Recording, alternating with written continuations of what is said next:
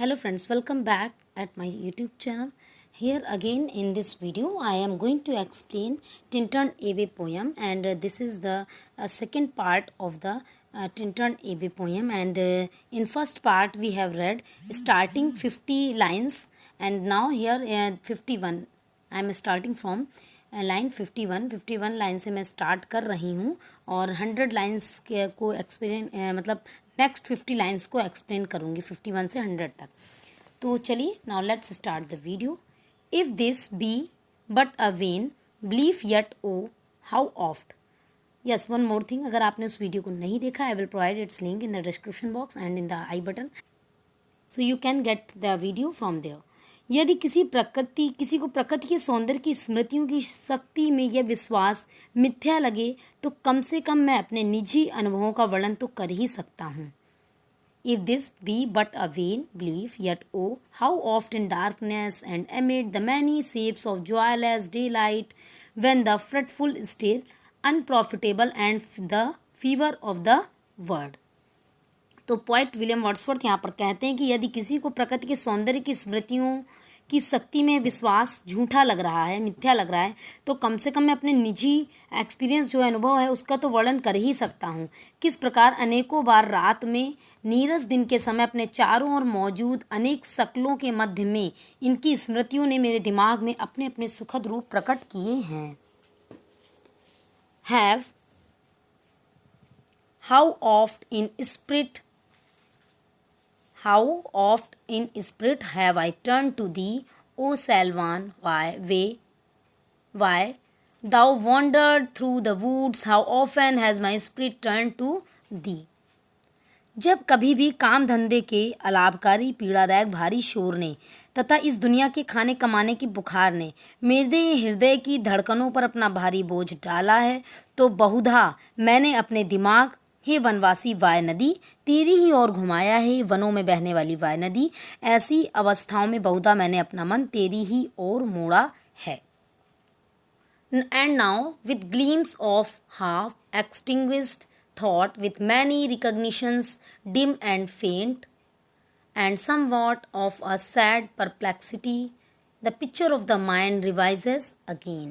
और जब पुरानी आधी बुझी हुई तेरी याद की किरणों से तेरे आसपास स्थित सुंदर दृश्यों की धुंधली क्षीण स्मृतियों की सहायता से कुछ प्रारंभिक कठिनाई के बाद मैंने अपने दिमाग में 5 वर्ष पहले देखा हुआ तेरा संपूर्ण दृश्य पुनर्जीवित कर लिया है।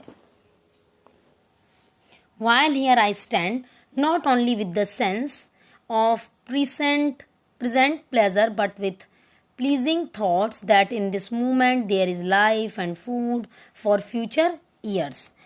अब जब मैं यहाँ खड़ा हुआ हूँ तो मैं वर्तमान सुख की अनुभूतियों से ही सुखी नहीं हूँ, बल्कि इस विचार से भी सुखी हूँ कि इस सुखद दृश्य से मुझे आने वाले वर्षों में निज दिमाग के लिए सुखद स्मृति रूपी प्राण तथा भोजन प्राप्त होंगे। That in this moment there is life and food for future years, and so I dare to hope, though changed no doubt from what I was when first I came among these hills, when like a rope I bounded over the mountains by the sides of the deep rivers and the lonely streams wherever nature led, more like a man। तो poet यहाँ पर कहते हैं कि मैं ऐसी आशा करने का साहस कर रहा हूँ, यद्यपि उस समय से जब मैं यहाँ इन पहाड़ियों में पहली बार, इट मीन्स 5 साल पहले आया था, प्रकृति के प्रति मेरा दृष्टिकोण निसंदेह बदल गया है। उन दिनों मैं रो नामक छोटे हिरन के समान पहाड़ियों, गहरी नदियों के तटों एवं एकांकी जलधाराओं के तटों पर कुलाचे भरता हुआ भागा फिरता था, जिससे वह डरता था, ना कि ऐसे व्यक्ति के समान जो अपने प्रिय वस्तु की खोज में विचरता था। कारण उस समय प्रकृति मेरे लिए वैसे मेरे लड़कपन के प्रकृति प्रेम से उत्पन्न अशुद्ध सुखों तथा उनसे जुड़ी हुई पशुओं जैसे उछल कूद करना, इन सब एक्टिविटीज़ में मैं करता था। लेकिन अब मेरे अंदर मैच्योरिटी आ गई, अब वो उछल कूद वाला जो मेरा नेचर था वो समाप्त हो गया। मैं एक जिम्मेदार आदमी की तरीके से हूँ। तो जो रो है वो एक छोटे हिरन का नाम है, रो, उसको जिस छोटे हिरन को रो बोलते हैं, तो उसी को बोल रहा है पॉइंट कि मैं रो के तरीके से था। flying from something that he dreads than one who sought the thing he loved for nature. Then he courses pleasure of my boyish days and their glad animal moments all gone by.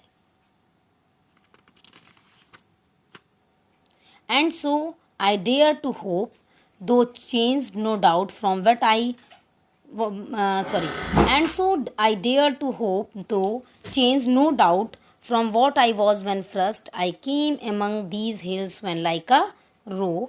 जब मैं यहाँ खड़ा हुआ हूँ तो मैं ऐसा आशा करने का साहस तो कर रहा हूँ, यद्यपि उस समय से जब मैं यहाँ इन पहाड़ियों में पहली बार 5 साल पहले आया था, प्रकृति के प्रति मेरा जो दृष्टिकोण था निसंदेह बदल गया है। तब मैं एक रो नामक छोटे हिरन की भांति बिहेव करता था। I bounded over the mountains by the sides of the deep rivers and the lonely streams, wherever nature led, more like a man flying from something that he dreads than one who sought the thing he loved. तो उस समय मैं गहरे समान पहाड़ियों गहरी नदियों के तटों एवं एकांकी जल धाराओं के तटों पर कुलाचे भरा करता था, छोटे हिरन की तरीके से, जिससे वह डरता था, ना कि ऐसे व्यक्ति के समान जो अपनी प्रिय वस्तु की खोज में विचरता है। For nature then the coarser pleasure for of my boy's days and their glad animal moments all gone by.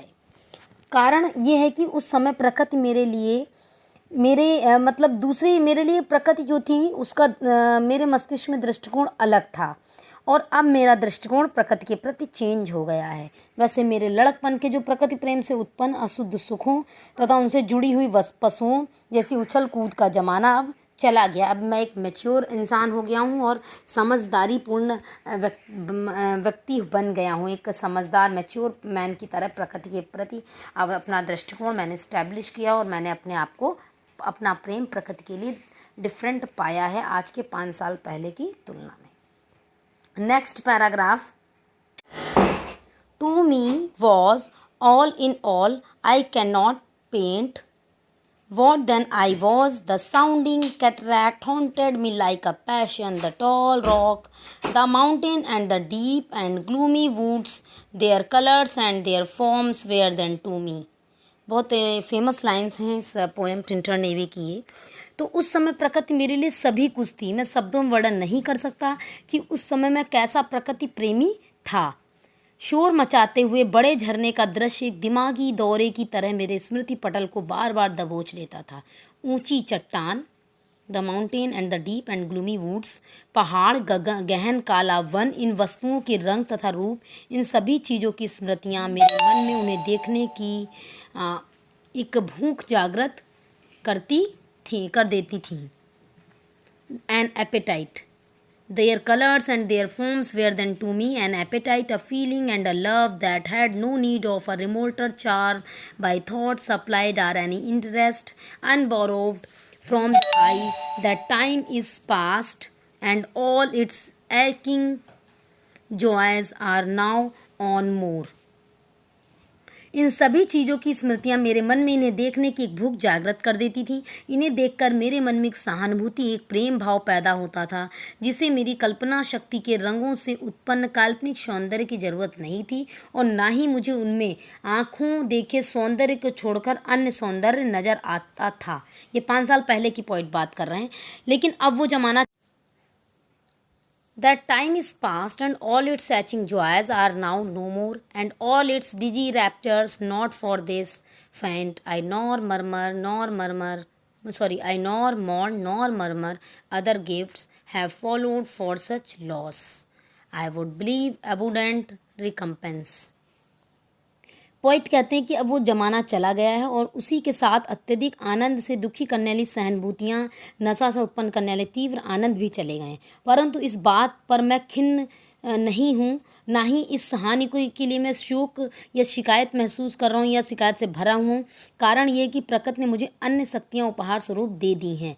प्राप्त शक्तियाँ उस हानि की तुलना में प्रचुर मात्रा में दी गई क्षतिपूर्त कहला सकती हैं, abundant recompense. For I have learn to look on nature not as in the hour of thoughtless youth, but hearing oftentimes the still sad music of humanity, nor harsh nor grating, though of ample to chasten and subdue. कारण अब यह है कि मैंने प्रकृति को उस रूप में देखना सीख लिया है जिस रूप में मैं उसे अपनी विवेकहीन जवानी में नहीं देखता था, अपितु जब मुझे प्रकृति में बहुधा मानव जाति का ध्वनि रहित गंभीर संगीत सुनाई पड़ता है, जो कि ना तो कर्कश है और ना ही इतना नीरस की झल्लाहट पैदा करे। यद्यपि वह ध्वनि रहित, फिर भी वह इतना सशक्त है कि वह मेरी आत्मा को शुद्ध एवं सन्मार्गी करता रहता है। और अब मैं प्रकृति में एक ऐसी शक्ति की उपस्थिति महसूस करता हूँ जो मुझे उच्च प्रकार के विचारों से उत्पन्न आनंद से व्याकुल कर देती है। And I have felt a presence that disturbs me with the Joy of elevated thoughts, a sense sublime of something far more deeply interfused, whose dwelling is the light of the setting suns and the round ocean and the living air. अब मैं प्रकृति में एक ऐसी शक्ति की उपस्थिति महसूस करता हूँ जो मुझे उच्च प्रकार के विचारों से उत्पन्न आनंद से व्याकुल कर देती है। अब मैं प्रकृति में किसी ऐसी वस्तु की उत्कृष्ट अनुभूति महसूस करता हूँ जो दूर दूर तक मौजूद वस्तुओं की गहराई में बसी हुई है, जिसका निवास अस्त होते हुए सूर्यों के प्रकाश में भी है। And the blue sky, and in the mind of man a motion and a spirit that impels all thinking, things, all objects of all thought, and rolls through all things.